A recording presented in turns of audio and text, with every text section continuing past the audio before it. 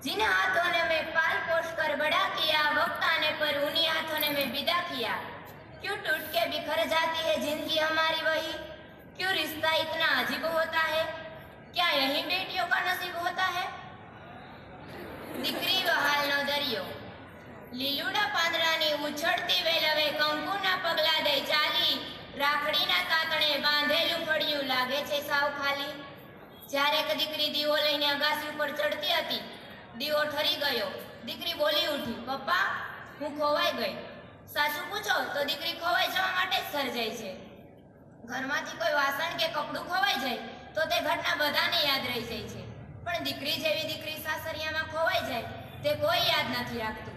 માં હું તને પૂછું છું, બધા દીકરો દીકરો શા માટે કરે છે? દીકરો કઈ સ્વર્ગની સીડી બતાવી આપે છે? જો સૂર્યના આંગણે પણ દીકરીનો માંડવો બંધાય તો સૂર્યને પણ ખબર પડે કે અંધારું કોને કહેવાય। દીકરીના ચપટી કંજવાળા સામે 1 કરોડ સૂર્યના કિરણો પણ ઝાંખા પડે છે।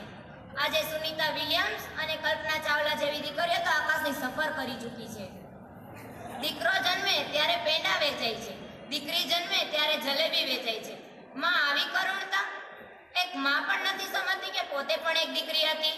સાચું પૂછું તો એક વાત તો સોનાના પતરા પર લખી લેવા જેવી છે, દંભના તો દસકા હોય છે, દંભના તો દસકા હોય છે, સત્યની તો સદીઓ હોય છે, ફૂલોની સુગંધ તો કલાકો સુધી હોય છે, પરંતુ સદગુણ દીકરીની સુવાસ તો યુગો સુધી હોય છે। શું નથી? દીકરી ક્યારેક માં બનીને રહે છે તો ક્યારેક દાદી બનીને રહે છે।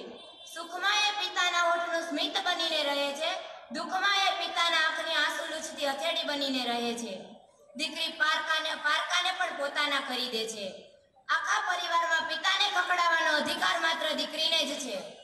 નયે યોર ને દુગ કી શાન હે બેટિયા, નયે યોર ને દુગ કી શાન હે બેટિયા, माता पिता की आन बान शान है बेटिया, भारत ही नहीं समग्र विश्व चलाती है बेटिया, हिमालय से भी ऊंची उड़ान है बेटिया, धरती ही नहीं आज आसमान है बेटिया, ममता ही नहीं प्यार की पहचान है बेटिया।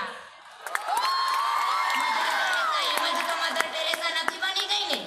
પ્રાચીન યુગમાં એક દીકરી રાણી લક્ષ્મીબાઈ બની ગઈ, તેણે પોતાના દેશ પ્રેમથી દરેક ભારતવાસીઓના દિલમાં દેશ પ્રેમનો દીવો પ્રગટાવ્યો અને દેશ પ્રેમની ભાવના જાગૃત કરી। આજ એક સંવેદનથી આધુનિક યુગની લક્ષ્મી, જેના પર એસિડિક એટેક થયો હોવા છતાં તેણે હિંમત ન હારી અને તેણે સમગ્ર ભારતભરમાં એસિડિક એટેકથી પીડાતી મહિલાઓનું એક સમગ્ર સંગઠન બનાવ્યું, તેમાં સાહસનો દીવો પ્રગટાવ્યો। આજ એક સંગઠનથી, આજ એક સંવેદનથી કિરણ બેદીએ इत्यादि जेल ने पण इत्यादि आश्रम बनाव्यो, कैदीओने पण फरिश्ता बनावी दीधा અને દરેકના દિલમાં પ્રેમનો દીવો પ્રગટાવ્યો। આ છે દીકરી એક દિલનો દીવો। અભિજ્ઞાન શકુંતલામાં કવિ કણવ ઋષિએ કહ્યું છે, શકુંતલાના વિદાય વખતે, અમારા જેવા સંસાર છોડીને સન્યાસી બનેલા વનવાસીઓને જો કન્યા વિદાયનું આટલું દુઃખ હોય તો સંસારીઓને તો કેટલું હશે।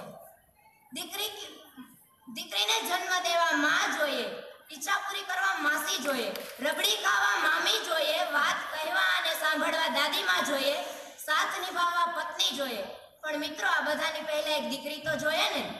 અંતમાં તો હું એટલું જ કહીશ, प्रियों को छोड़कर पिया के घर जाती है बेटिया, अपने प्रियों को छोड़कर पिया के घर जाती है बेटिया, सबको पता है बेटों को भी जन्म देती है बेटिया, बेटों को भी जन्म देती है बेटिया।